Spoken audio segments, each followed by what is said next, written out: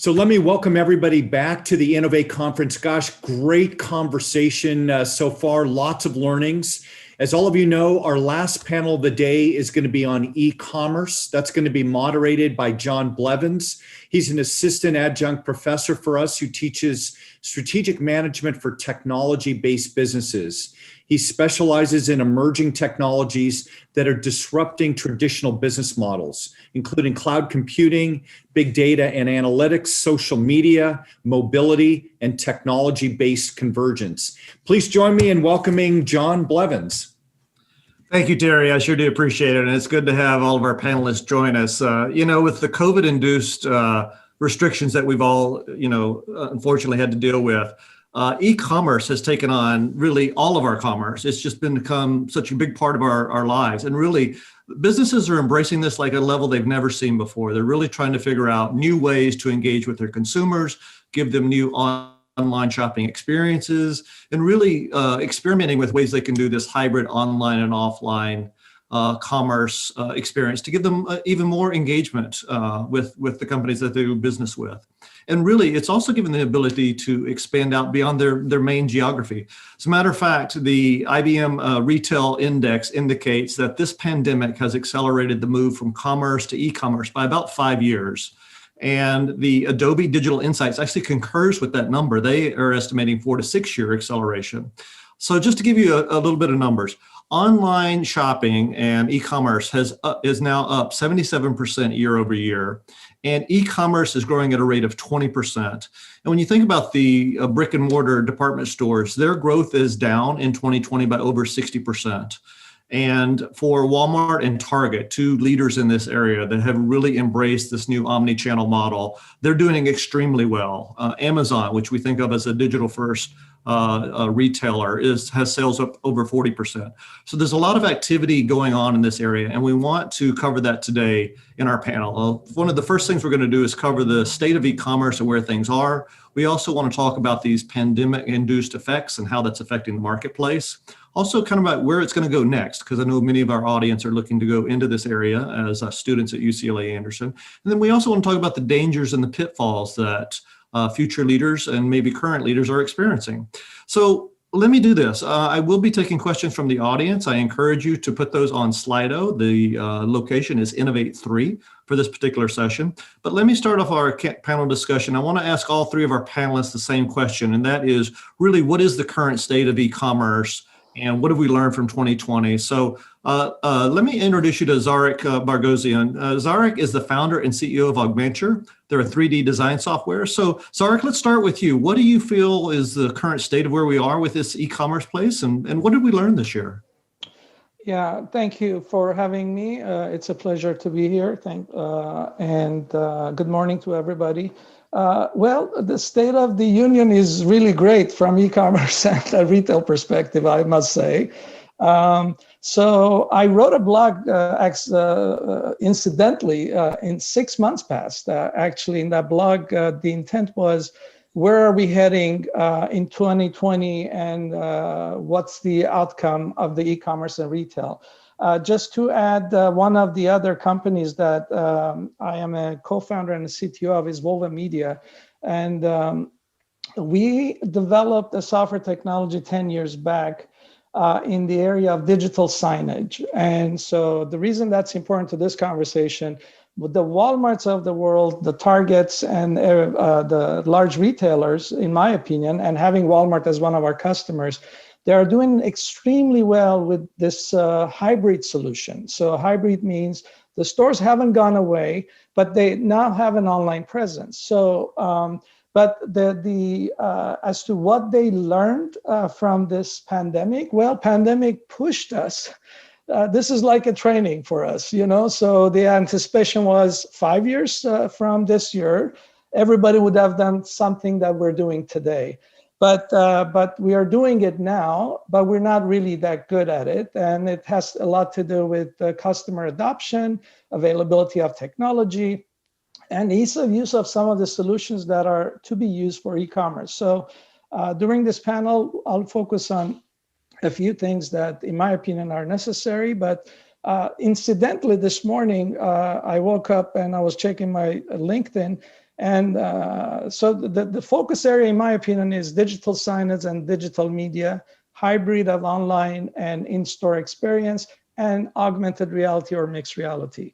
So the statistics was the augmented reality and virtual reality markets are forecasted to reach over $72 billion globally in 4 years, in 3 years, I'm sorry.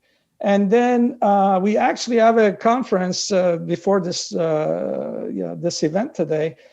We have a guest speaker from Sam's Club that is going to tell us how they have strategized to be in a good position today. I think they have 1.2 million employees and they're doing the best ever in their market. So what they learned also, in my opinion, is pandemics can happen, so we're not ready for this. So whatever can happen could happen. So we must be ready for disasters and have a recovery plan. Yeah, we are all definitely learning that ourselves. And I know Walmart's been a leader here, so I look forward to hearing some of the insights of what you're doing there. Let me go over to Allison. Allison Norton-Nelson is the board chairwoman for MacPherson's, and they are a distributor of creative products. And Allison, we'd love to get your input on this as well. What do you think is the current state of e-commerce and kind of this crazy year that we've experienced?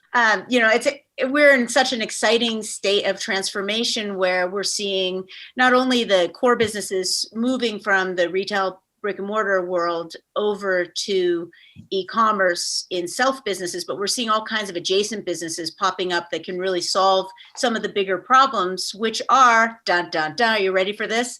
All the same problems retailers have always faced, all the same challenges. So the challenges are, how do I get the customer the product? Obviously it has to be a high quality product, but how do I get it to them? How do I get it to them fast? How do I communicate with them? All of the things that they've had to do in years of history are the same problems now, but now the solution might be a robot, or the solution could be, AI algorithms that say, oh, you really like blue, so we're going to offer you these extra blue things to raise the average price. So that is sort of what I see happening, is the same boring dinosaur things. But guess what? We are in an unprecedented time for agility amongst the dinosaurs. So that's why you see Walmart at the top. So sort of in my 30-year background of having been in retail, I started when loyalty program was a nice lady in a pretty dress with a big brooch, writing down your name and address and sending you a card at Valentine's Day and letting you know the Ferragamo sweaters are coming in, and getting a direct-to-consumer order meant that I literally put $24.19, including the cents, into an envelope, and I mailed it to LL Bean. And at some point in the future, my duck boots arrived. It was great. So now here we are in this whirlwind, fast-paced new environment, and really, we are still, we still have to communicate with the customer, and now it's just digital. We have to transact. It used to be cash, now it's digital. Everything's digital. The tertiary businesses are digital. So the problems are the same. The solutions are brand new. And because we are now looking at omnichannel, whether it's in media and you're looking at print magazines versus digital, or if you're in, traditional, what I call widget retail or consumer products, where there's a product and you're selling it, it gets to the consumer. Either way, the solutions have become more dynamic because of the multi-channel. So that's, I think, what's happening. Okay, well, we're definitely going to leverage your many years of experience in the retail industry. I think you're bringing a lot of things to the table. And maybe even a company like Nuro, who really is working in the area of autonomous vehicle delivery, is that next bridge over to kind of help those dinosaurs get to where they want to be. So let me introduce you to Dan Mitchell. Dan Mitchell is the City and Community Engagement Manager for Nuro. So Dan, I'd love to pitch you the same question, kind of what we're learning in this new world of 2020 and where you think the current state is. Yeah, thanks a lot, John. We're always learning a lot. It's great for me to be back on campus here at UCLA Anderson. I was part of the class of 2016, so thanks again for hosting this panel here. I manage today our interactions with city officials and the community engagement for Nuro. And as both you, John, and Zariq were mentioning, Nuro sits at the intersection of this hybrid physical retail stores as well as online e-commerce shopping. And we heard our speaker earlier today talk about, the future of everyday robotics. Nuro is actually really on the ground today. I was really privileged to have the opportunity of launching our self-driving delivery service in Arizona, where we put vehicles on the public roadway, one just like this right here, that had no one inside of it. If you actually open up the door here, you can see it's just groceries inside. There's no space for anyone at all. And so we put those on public roadways in Arizona, really delivering what we call the future of e-commerce to folks on the ground. It's something, when Nuro was founded 4 years ago, we really saw the trend of this shift from, physical brick and mortar to online happening, but still a lot of the e-commerce is happening at the store. In 2018, 2019, only 15% of commerce happened online. Most of it was still happening at the store. And so our vehicles basically help accelerate that trend, taking the goods at the store through the local neighborhood and delivering it to the customer in a fast and hopefully cost-efficient way. No one really predicted a pandemic happening at the time our company was founded, but really what we've seen in the last year is just an acceleration of this existing trend where we now have more people shopping online, and they want their food delivered quickly, they want their groceries delivered quickly, and that's really what Nuro is focusing on, doing that food local commerce delivery to folks in a fast and efficient way. Well, it sounds like we've got a great lineup of panelists here. So thank you for that, everybody. I really do appreciate it. And it's interesting. We talk about e-commerce growing at these incredible rates, but yet still the majority of shopping is done in a brick and mortar store, still in the traditional way.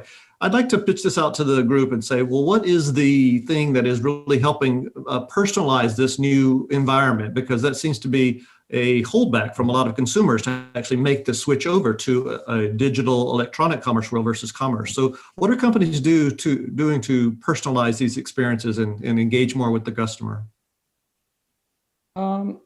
So I'll go first.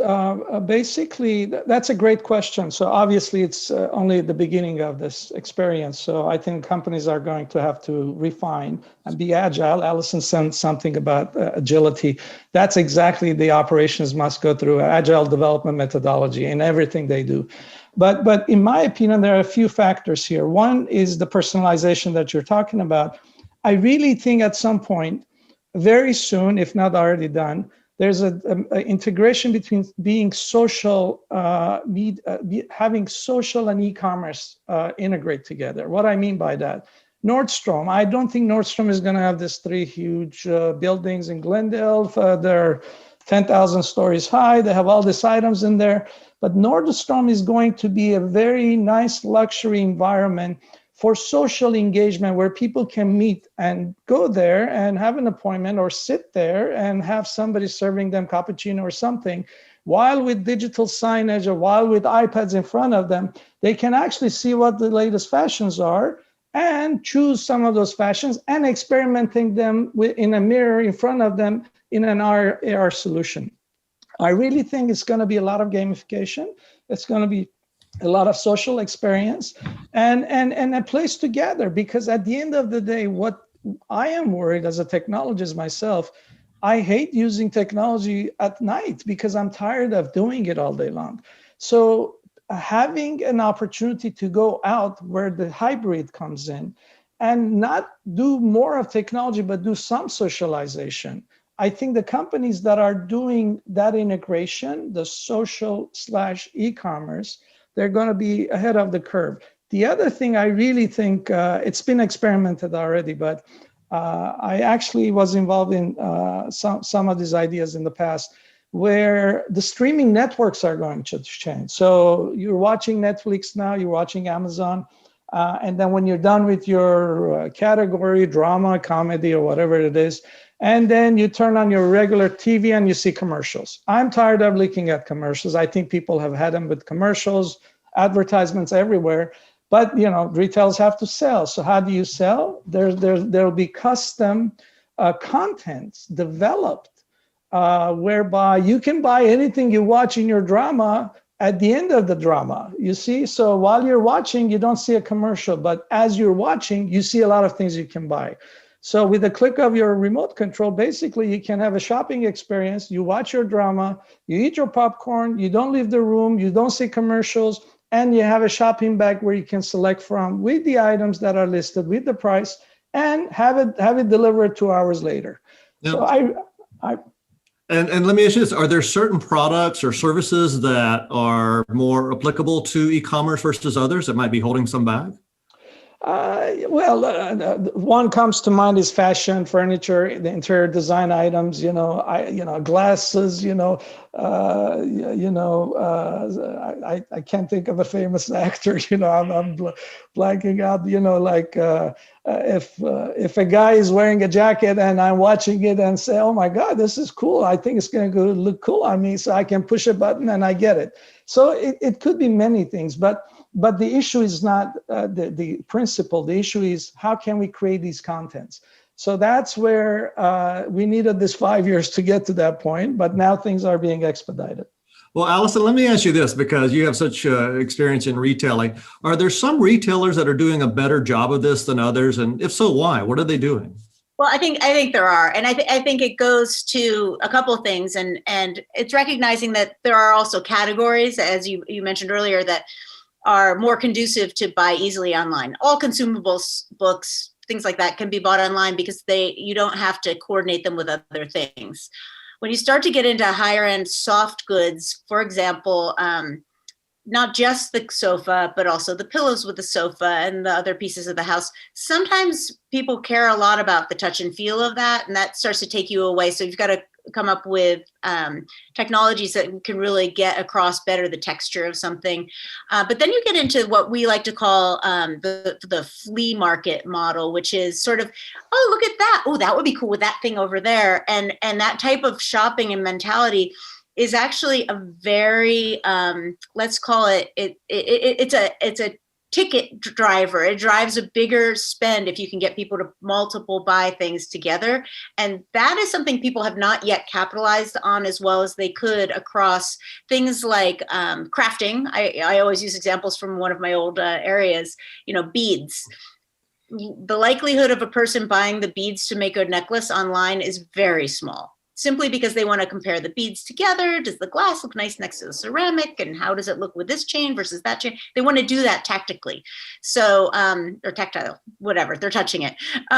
So those are areas where it's not as good. And I think where you have basic consumer products to be sold, obviously Walmart's the winner. In the United States, there's not a gray area in this. They are doing a fantastic job. And they're not just doing it with their own products. They're doing it with a marketplace, which is a whole nother way of bringing in other associated products, huge ticket items. I mean, you can buy a camper van, probably. You can certainly buy a shed and all kinds of other services on their website, and people don't even realize what they're offering online, but they're also doing a great job of coordinating the buy online, pick up in store, and they're innovators when it comes to any of the pieces of getting the product to the consumer less expensively, because again, at Walmart, it's all about pleasing the shareholder, higher earnings. And they've got to find ways to do it. And nobody has solved the problem of getting product inexpensively and affordably to the consumer. Yeah. So. Well, it definitely sounds like there's a shift in the way consumers are reacting. And Dan, let me ask you this. This is our number one upvoted question already, asking about how the neighborhood is reacting to the vehicle as it's being delivered. It's like a new way for us to engage with commerce. Could you talk a little bit about that and what some of you've experienced when Nuro's vehicle pulls up and the reaction that's been received? It's new. It's really cool. You can see some videos. I'll promote my Twitter feed, Dan J. Mitchell. You can look back there. You see a lot of videos of the vehicle driving around on public roadways. It's an exciting thing for neighbors. They see the vehicle down the road. They're excited about the future of the technology. We are on road, but the most common response we get is like, oh, we're living in the Jetsons. This is a future of kind of flying automated vehicles, even though we're still on the ground here. But it's something that's really exciting people. But Nuro as itself, though, we're only the technology delivery service provider. We're not forcing our way in between the retailer and their brand and the customer. So as a customer goes through the flow ordering online we're partnered with Kroger grocery stores. They operate Ralph's actually in the Los Angeles area.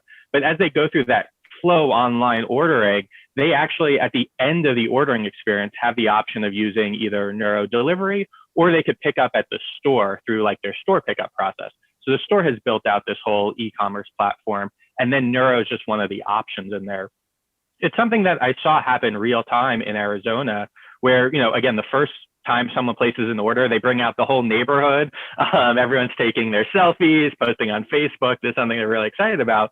But when they place their weekly order and get to that third and fourth kind of week of doing it, it's really no longer about the Nuro technology. We're just enabling the cost efficient kind of fast delivery. It's really about what that retailer can actually deliver to that customer. Do they have the selection of products that the customers need? Can customers use their coupon and get that same rewards code?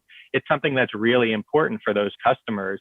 And I'll also add, you know, there are a couple of companies that I've seen recently on the restaurant side. Restaurants have needed to make a quick transition to be able to do delivery. And how do they deliver that in-store restaurant experience?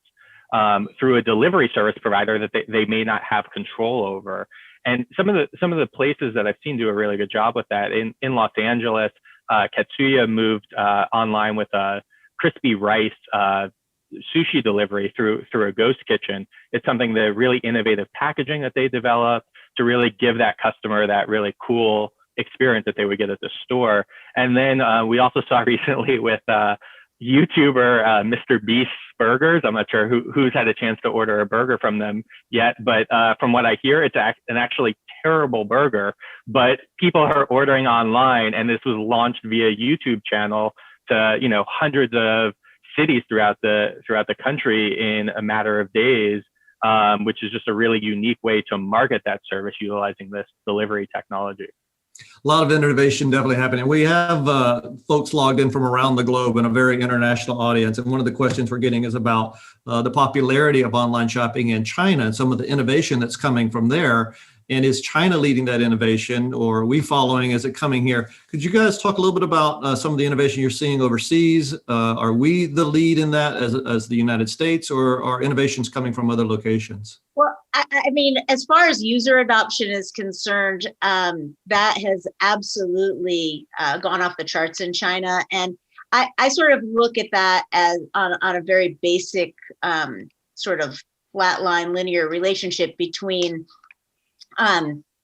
provider adoption is going to be followed by your user adoption. So in the United States, I always like to use this example. If you guys got in your car in Los Angeles with just your phone, could you drive to Boston? The answer is no, you can't. But in China, you can. And except you don't have, of course, those cities. But the point being, there's not a well-rounded adoption of the technologies here for basic e-commerce being managed through the e-wallet used on your phone. So I think we have a long way to go in the US. So I would say we're not leaders. And I'm only talking about the basic business. I know these guys are so, they're brilliant in the true technology, the exciting technology. So. Yeah, great points, Allison. I think it's hard to tell. I think I'm looking at these retailers, in my humble opinion, like Walmart is not a retail company. Walmart is a advanced technology company who happens to be in the retail industry. So is Alibaba. The reason I'm saying this, because to have such supply chain, to have such delivery service, to have such online presence or hybrid presence, you really have to assume a lot of integration and have strong technology in place. So Alibaba, I actually teach at Pepperdine, I teach entrepreneurship, and it was in November. So one of my students read me an article saying, just in one day, it was a friendship day in November, I think. One day, Alibaba had a transaction of $30 billion in e-commerce. Just to handle that transaction tells you how aggressive and how strong these companies are. So I think adoption is an issue. So in China, I was there 2 years ago as a speaker for a global virtual reality conference. Everybody in the street is using WeChat. You can do anything with your WeChat. You have a QR code assigned to you, so you don't actually carry anything else but your phone. So in this country or other parts of the world, I'm not sure we are as adopted yet.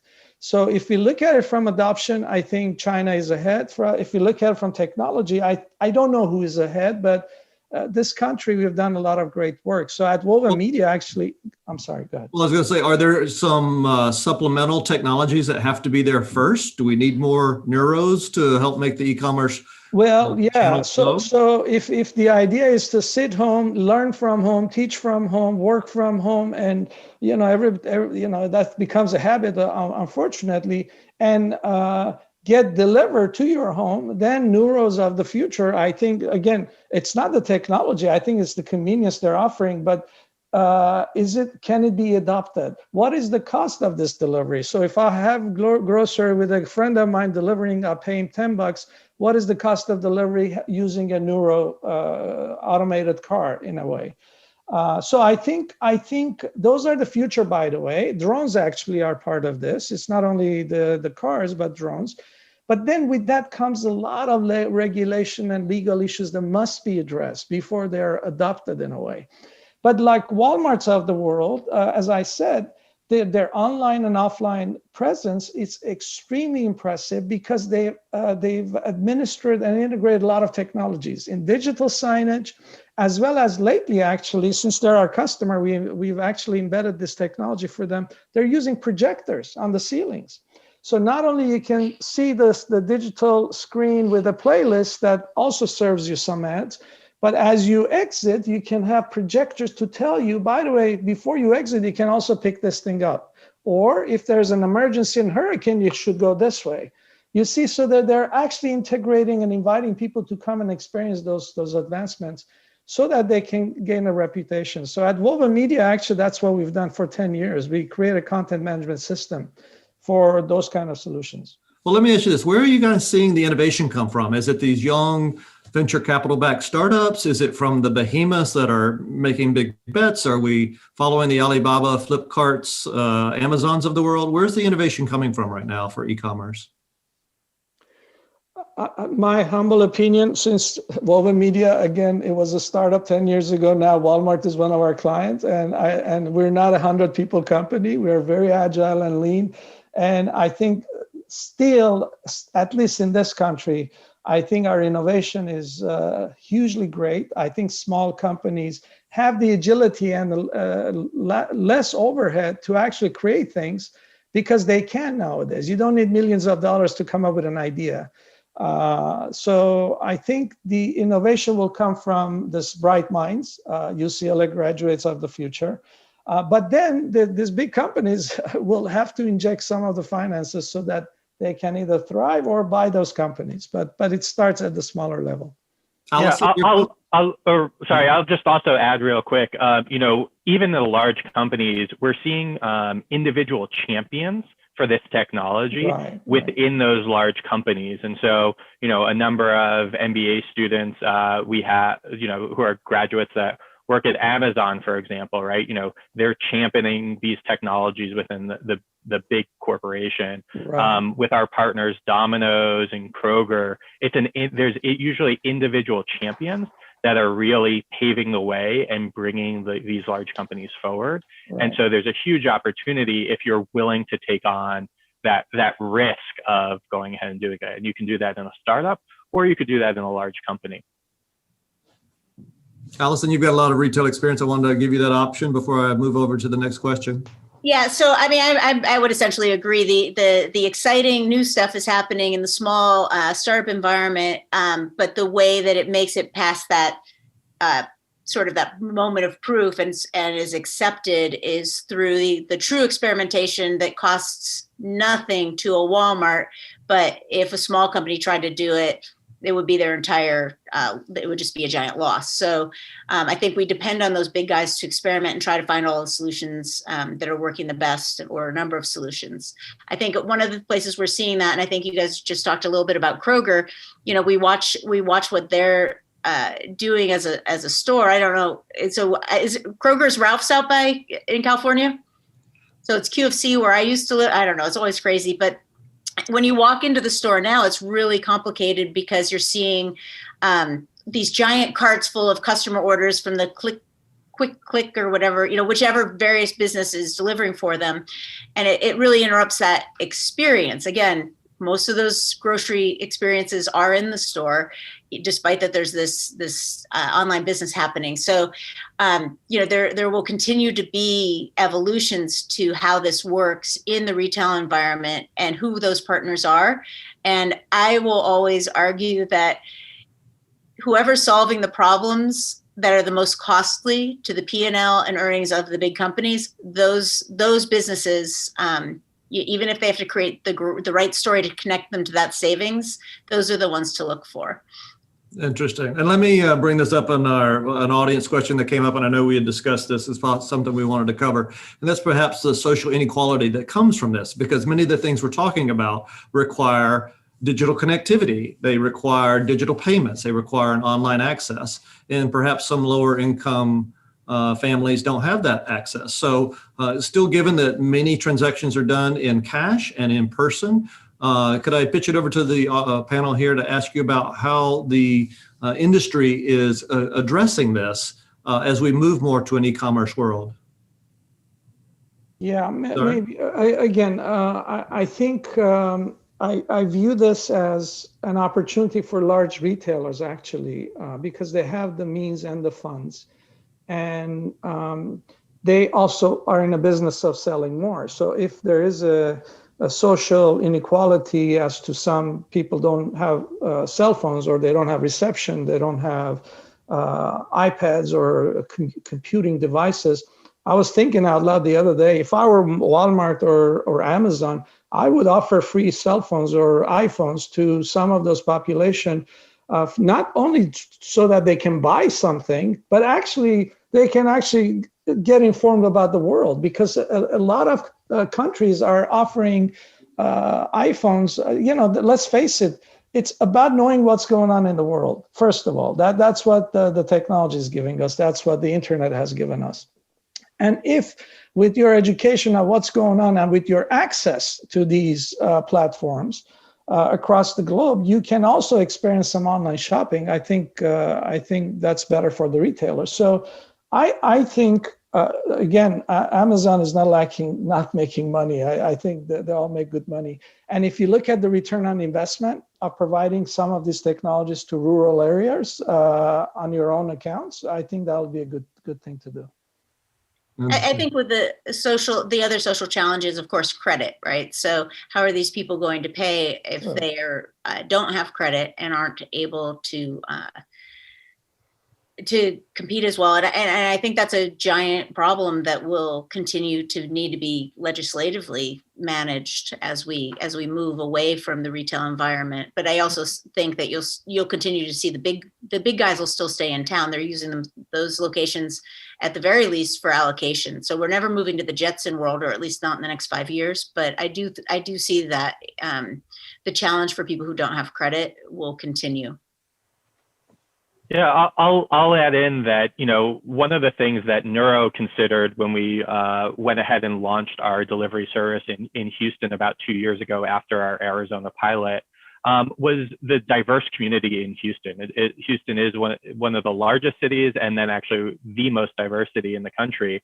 And so we're able to test out our delivery service with our partners in a variety of different communities. And, one of the things we really quickly identified in Houston's third ward is a big food desert. There's not that many grocery stores that have fresh fruits and vegetables. Mm-hmm. People are, connected in some way. It's just there's no local place where they can go to get that fresh fruit and vegetables. And so it's something that, we're looking at working with city and community leaders. How can we better serve these areas that have been missed in some cases by some of the technology that has happened? And how do we go about in the areas of Los Angeles and serving underserved communities? It's something that we're really hypersensitive to, and is part of our work as we go about exploring where the next places to launch is, because we all still need to learn about what the challenges are that communities face, and hopefully Nuro can present some solution that helps folks that are struggling right now. Well, we have some Houstonian audience members I can see in the chat, so they're very pleased with the service. They've seen it, and so hopefully it can roll out further. Let me ask you this. One of the things that's being brought up in the question and Q&A area is about the competition for e-commerce. Is it more competitive in the e-commerce space than it is commerce? Because commerce is quite competitive to begin with very low margins, but is it even more hyper-competitive in the e-commerce space? Well, so if you just think very visually, when you drive down the street, wherever you live, you actually see a whole bunch of stores. When you go online, you don't see as many stores. And so making sure that you as a provider of business are showing up as the best source for something is a monstrous challenge for many people, and that makes it more competitive, right? How are they going to get to that spot? Everybody's paying for the new, natural language search content, and even look at one of the funniest things I've seen in retail lately. I don't know. This is retail humor. Ha ha ha. Lumber liquidators. I don't know if you know what they do. But it turns out that they've always been a flooring company, but I didn't know that. I thought it was like lumber for contractors. I never would have gone to one. They just changed their name to LL Flooring. So now from an organic search standpoint, they are saving themselves all kinds of money, right? Just by doing that. So I think there's very little visual space amongst the competitors in online. And the second part is you can compare prices when you're online very easily versus walking into one store and then going to the other and then weighing in how convenient is that to shop another store. Like, I just want the peanut butter. I'm buying it, and now I don't need peanut butter again for a while. So I think it is a more competitive environment for certain. Interesting. Let me ask you this. A lot of our audience are current and future business leaders, and they're curious what organizational changes this shift is bringing about. And how this is kind of altering the enterprise layout and scope. Let me ask you that. And Allison, given that you're a board member for a major retailer, maybe I should start with you, but I'd like to get the others involved as well. How is this affecting the organizations? Well, more channels means more roles, right? But it doesn't necessarily mean more FTEs. It just means that you have to figure out which roles can do which jobs and which other responsibilities either go away because they've been automated or become fewer people doing it. And what we used to have at Michael's, this great institutional committee called the Don't Do It Anymore Committee. And we actually removed activities that they were just sort of legacy things you did. And we just took them out. And it was amazing. You could save 10 hours a week in each department and all of us per person. And so now you actually have the ability to roll in. I'm not saying this is easy to adopt, by the way, but those are, there are changes when you're moving from just being pure retail to going omnichannel. And then there are changes that follow a little further down on the things that we've been talking about, where now you're allocating product out of the store to go to the customer. Well, now the store manager is suddenly the distribution center manager as well. And so the roles and responsibilities it's in constant flux. And I wouldn't want to be in human resources right now with all this fast movement. Dan, Zara? Yeah, so Dan, you want to go ahead?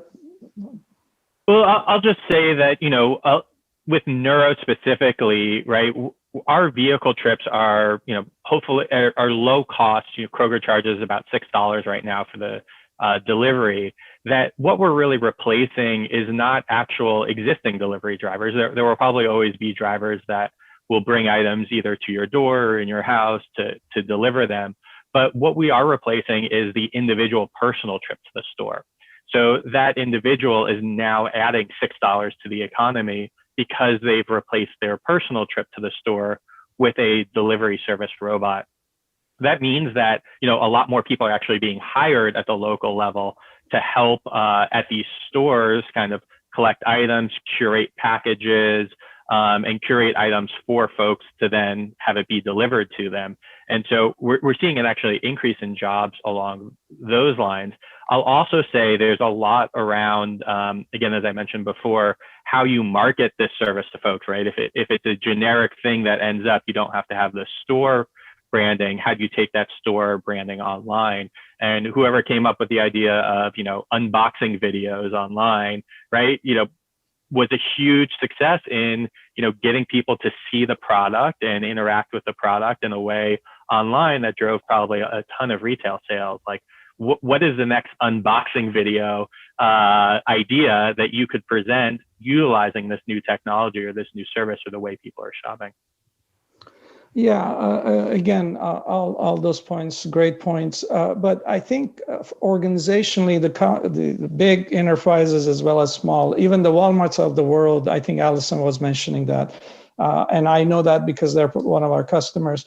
They have the small teams within this huge behemoth organizational elements where they act as a startup, where they actually make decisions very quick, right? So one thing they learned from this pandemic that they can't sit on a decision and not making, they better make a decision knowing it's going to be bad or good rather than not making it. They have to be agile. They have to experiment very quickly. That means, you have an idea, you develop it, you experiment it, you learn from it, and then you go for another cycle. But I think, so organizationally, we won't have the big headquarters. I don't think you need big offices. We've proven that we are not happy doing this, but I think we can get the business done. Business is running, school is teaching, professors are, UCLA is still in place. You still have students, Pepperdine is there. It's not easy, or it's not something we like, but we have adapted to it because we are beginning to think this is a norm.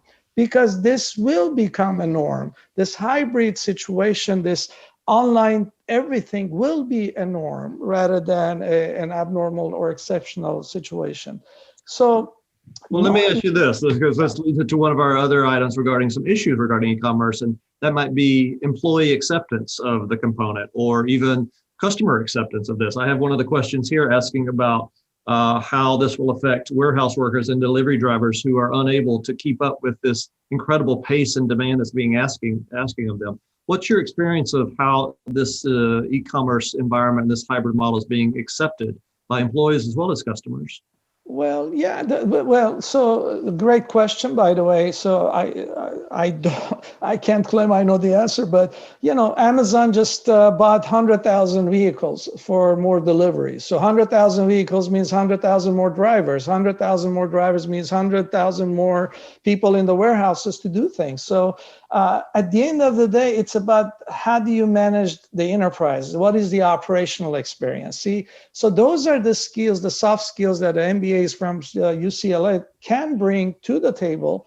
As to we saw what happened to the world. We are getting our education here. We're learning from experts and all that over the last few years, and we're ready to tackle these challenges. But all I can say is operations have changed. Jobs will be replaced, but perhaps they should be replaced. Maybe I was thinking of pandemic, sadly, I don't want to bring it up, but we have frontline workers who are at risk every day working 10, 12, 15 hours, and they're exhausted. Why not a robot doing some of the dangerous work they're doing, right? You just even getting a test, by a robot rather than a human being, right? And that human being can also do something else now. So the idea is the people who are afraid of losing their jobs, they must learn other skills. It's an evolution. It's an industry revolution. I think it's getting easier to palate as well. So when we introduced e-commerce at Williams-Sonoma, the number one JB just disappeared. The number one crisis as far as employees was concerned is, well, how is that going to, will I get credit for the sales if somebody lives in my zip code?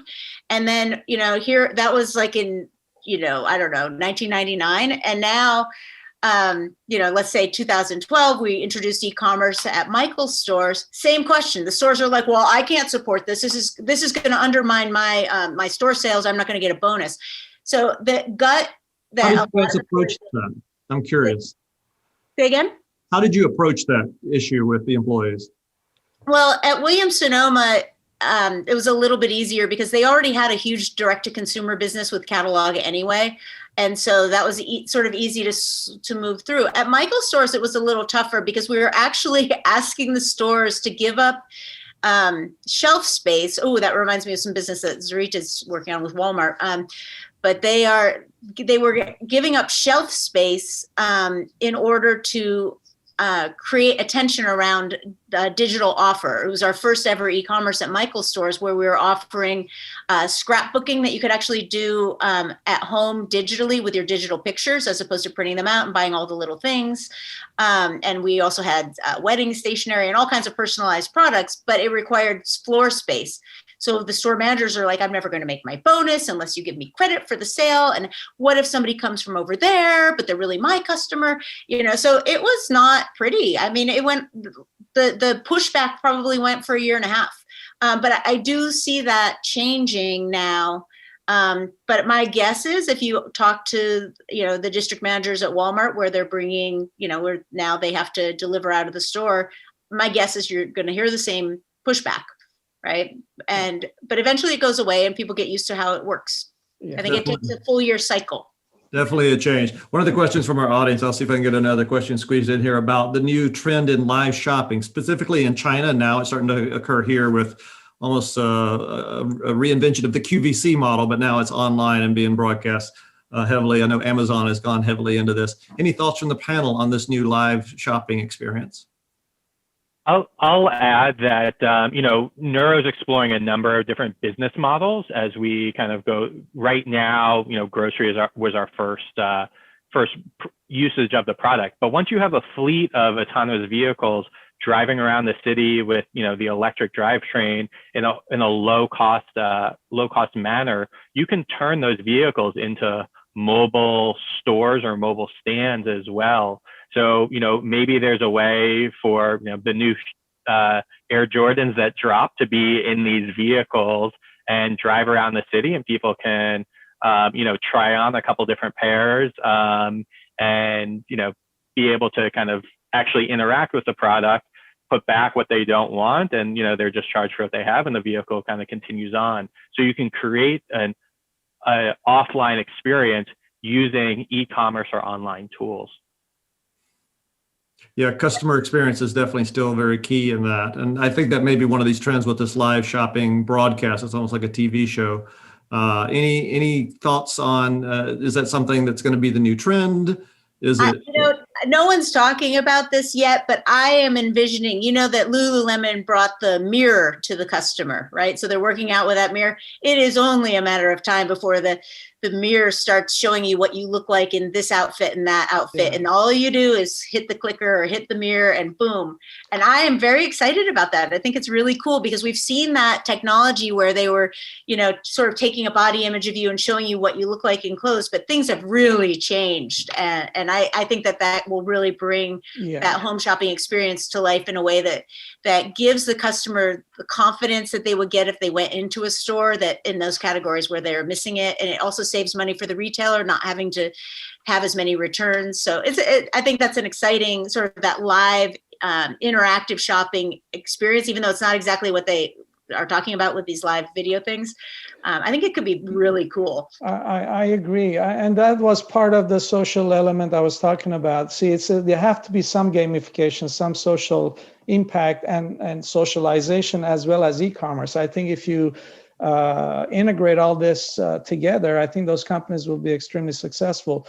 By the way, these technologies have taken their time to be developed to be in a position like this. So those mirrors, I know it's been thought about 10, 12 years ago. AR, XR, and all those technologies have been around for 10, 12 years now, except, again, it's adoption as well as, better scale of technologies. But one thing I want to add, and being a technologist myself, at the end of the day, when I think the differentiation between Walmart, Amazon, Target, or whoever else, is the insane customer service where it still should require people and human beings to manage and to set the expectations high. I really think people are still, I don't like a bot. When I want to go and look for something, I spend 5-6 minutes talking to a computer before I get somebody, if I get somebody. So I think there's a lot of opportunity in that space. I call it insane customer management. And it could be technical support, could be retail support or whatever, but we need to be able to support that. Wow. So a peer of mine on the board where I serve talks about taking your AI functions and making them into members of your org chart, except they have to be reviewed more frequently. Yeah. And I think that's a really good way to look at it, because there are human factors that happen, and a human can see when something's going the wrong direction, but a chatbot just keeps answering with a very annoying question. So, how do you integrate that? How do you escalate that in this case, the insane customer, which is often me, I just would like to point out. So it is, that's something that has to be addressed. And it's not just in that, there's, when we talk about retail, we talk about predictive technology in managing inventory and writing orders. When a human writes accidentally 50,000 units when they meant to write 50 or 500, that gets picked up very quickly when humans are looking at it. But if it happens, if instead the predictive AI has taken into account an ad that was coded into the wrong bucket, and now nobody's really looking at it because it's just AI, you can accidentally end up with 10 times what you needed in a certain item, and you can't go back if it was made custom for you. So there's definitely a human interaction. Nan talked about that earlier in the morning session about, how the human still needs to be involved in the robot activities. Absolutely. Well, I tell you, there's a lot that's been covered in this panel. I cannot thank you enough for bringing all your expertise and allowing our audience to understand this. It's been incredible. So Zarek, Dan, Allison, thank you again so much for doing this as we close this out. And I understand that all three of you have agreed to stick around in a offline, well, I guess it would be online, but a privatized chat session after this during our mixer. So I thank you for that on behalf of UCLA Anderson, and I'll turn it back over to Terry and our moderator to close out the session for us. But again, thank you very much to our panelists. Thanks for having us. Thank you. Yep. Thank you. Excellent. So JB and Allison and Zarek and Dan, a big thank you. What a fascinating topic, bringing together customers and technology and innovation. And I will remember that term about the insane customer. That's a good bar to set. So listen, I'd like to just share some overall themes that I took away from the whole conference itself. I hope they'll be useful to you, and then just a couple of parting thank yous here. So first of all, I want to talk about the first theme that I got from this, which is the broader adoption of technology. Technology has been an area that people say, there's a lot of hype and it always takes a lot longer, but it was very interesting to listen to each of the panels as well as Sachin and Nan, and they spoke very much in the present tense about technology and technology-based innovation. And when Zarek said the state of the union is good in technology, that says a lot. We're not talking about things that are 20, 30 years away. We're talking about adoption very much here and now in many areas. Second big theme is COVID-19 and its impact. In both of the panels, healthcare and on e-commerce, they reference what has been 4 to 6 year traditional adoption rates being moved down to literally a few months. They talked about a change of place, where we shop, where we work, where we're educated, et cetera, that idea of place is different. And the implication in many of the areas, including the last panel, that hybrid is going to be the new normal, that we may not fully return whenever the vaccine is out and fully deployed. We may not return to the full normal in retail, in healthcare, in education, in working, et cetera, et cetera. Third big theme, the enablers and the mental map that all of our speakers came up with to think about how, when, where, and why innovation will happen. So number one, talking about the customer. What is the customer experience? So when Sachin talked about talking to elderly people about using Lyft And is that really something that's going to be something that will resonate or not? When Dan, talked about kind of this whole idea about the remote delivery capability and can people relate to that? I thought that was another very interesting one. Jim talked about remote monitoring, that you don't want to have people have to know that their health vitals are being monitored. If you can make it easy, that's important. Another enabler, infrastructure that Nan talked about to ensure that you can have innovation occur. So that mental map about what it takes for innovation to occur, I thought was a big theme coming out. Fourth area, the role of business models. So Sachin's points last night were a bit candidly unnerving. For all of our talk about technology, you better first look at what are the incentives in a system. And in this case, it was healthcare. If you've got a business model that incentivizes more and more services and more delivery, you're going to, in general, create a higher cost solution. So are we as leaders focused on the business model itself? In the technology area, the fifth takeaway I got, if I were to boil down the most prominent referred to technologies, it was artificial intelligence and the Internet of Things. So first of all, with artificial intelligence, the ability to understand data. Do you have access to it? Can you create predictive relationships there? And again, that's the story in healthcare. That was a story in robotics with Nan. It was a story with Nuro, et cetera. And then IoT, remote monitoring capabilities. Can you remotely monitor something and create data? And again, a variety of applications there in healthcare and in e-commerce. Sixth takeaway, change in work. The fundamental future of work is changing, and that's in a lot of the areas of robots, but it's in the area of healthcare, it's in the area of e-commerce. And what leads into the seventh point, societal issues that are being driven by technology. As technology gets adopted more and more, there are more fundamental societal issues. And the absence of dealing with those, a lot of technology-based innovation will get stopped dead in its tracks. So that ability to think about what are those issues that have to do with the future of work, with data privacy, et cetera, the income divide, and how do leaders deal with it? And the final point in all of this, I thought, was leadership and the role of leadership. Have the mental map to know where innovation is going to occur. How are you going to win knowing there's a competitive landscape out there? How are you being transparent as a leader? Are you working with regulatory officials, et cetera? And again, to reference Nan's point, anything as powerful as technology better be for good. Again, anything as powerful as technology better be for good. A very important warning and reminder to all of us about the leadership imperative. So let me just say in closing here, a big thank you. So I want to thank our moderators and all of our speakers. Content is king in this environment, and they provided incredible insights. They shared their personal experience, and they did it in a way that could be extrapolated for a lot of different environments. So that's Sachin, Nan. I want to thank the healthcare group, Jennifer, who moderated, Todd, Jim, and then our e-commerce group here, JB, Zarek, Allison, and Dan.